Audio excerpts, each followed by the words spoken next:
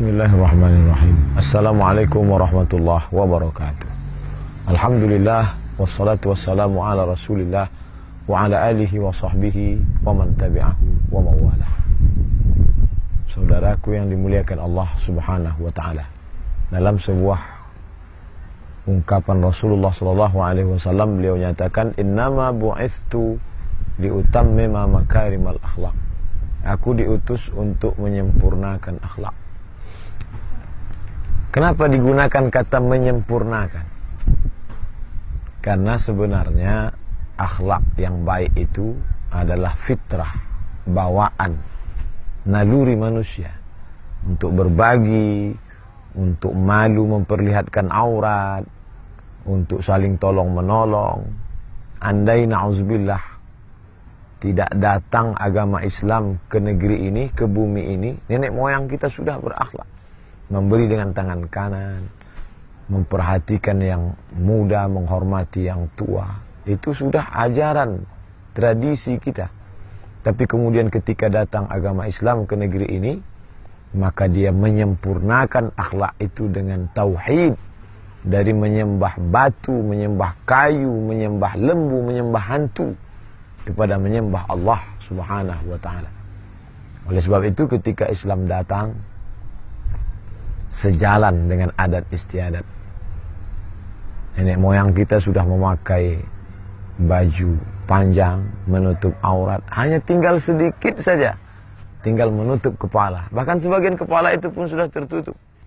Ketika kita diajarkan, Nabi SAW mengajarkan, "Laisa minna," tidak diakui sebagai umatku. "Malam yarham saghirana, walam ya'rif syarafa kabirina." Tidak sayang kepada yang muda, tidak hormat kepada yang tua, bukan umat Muhammad SAW. Kita diajarkan itu. Ada orang-orang yang didahulukan selangkah, ditinggikan seranting, dahannya tempat bersandar, daunnya tempat bernaung, akarnya tempat bersila. Itu petatah petitih nenek moyang, orang tua-tua kita. Maka ketika Islam datang, tidak terjadi konfrontasi, tapi penerimaan. Bahkan dalam ungkapan yang begitu indah, adat bersendi syarak, syarak bersendi kitabullah, win-win solution. Betapa ketika Islam datang, diterima bahwa terjadi pergesekan dalam masalah akidah. Toh pada akhirnya para orang-orang tua tetap bersyahadat, asyhadu an la ilaha illallah wa asyhadu anna muhammadan rasulullah. Islam tidak menghancurkan budaya. Budaya ukir-mengukir yang begitu indah, budaya arsitektur rumah adat yang memukau, budaya membuat gambar di tepi rumah dinding dengan gambar daun, gambar bunga, tidak larangan dalam Islam. Menutup aurat, arsitektur bangunan, kreasi dalam berpakaian, pencak silat, sejalan. Bahkan dalam adat istiadat kita, ketika sudah disebut kata surau, musalla, masjid, tempat ibadah, tempat mengaji, Al-Quran hanya mengatakan iqra, bacalah.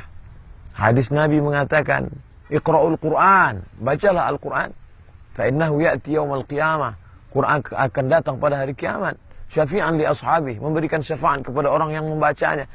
Tapi bagaimana cara membaca Al-Quran? Nabi tidak mengajarkan itu kepada kita, bagaimana cara membaca Al-Quran. Maka datang para budayawan yang mengerti agama, diajarkan alif di ATA, alif di bawah I, alif di depan U, alif dua di AT-an, alif dua di bawah In, alif dua di depan Un. Begitu dulu kami mengaji di surau.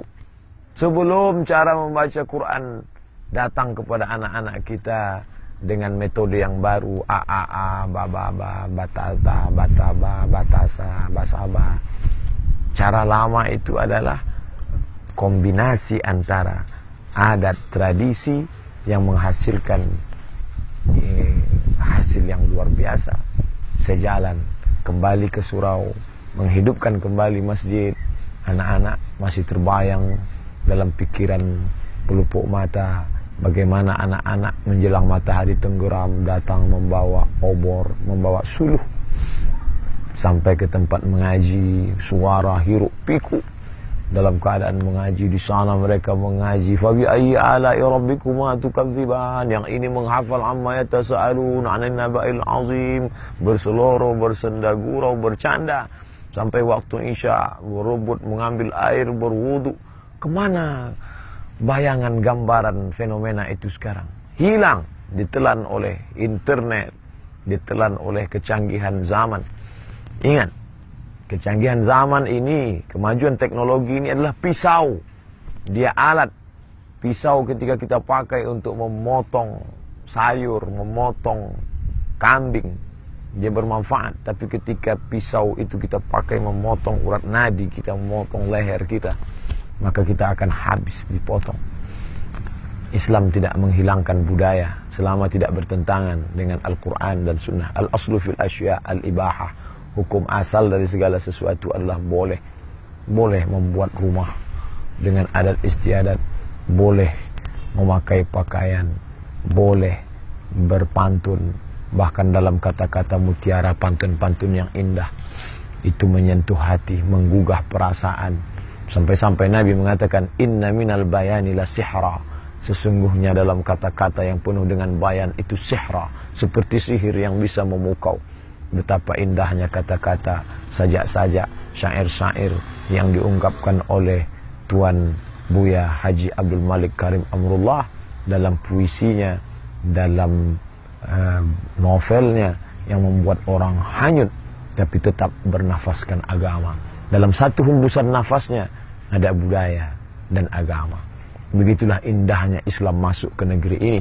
Kita tetap punya kebudayaan, kita tetap punya hasil budaya, karsa, cipta, kreasi tanpa menghilangkan agama. Mari tetap jalankan agama Allah Subhanahu wa taala dengan berbaju budaya yang islami.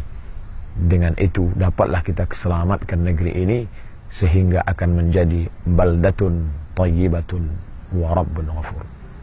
Subhanakallahumma wa bihamdika asyhadu an la ilaha illa anta astaghfiruka wa atubu ilaik. Wassalamualaikum warahmatullahi wabarakatuh.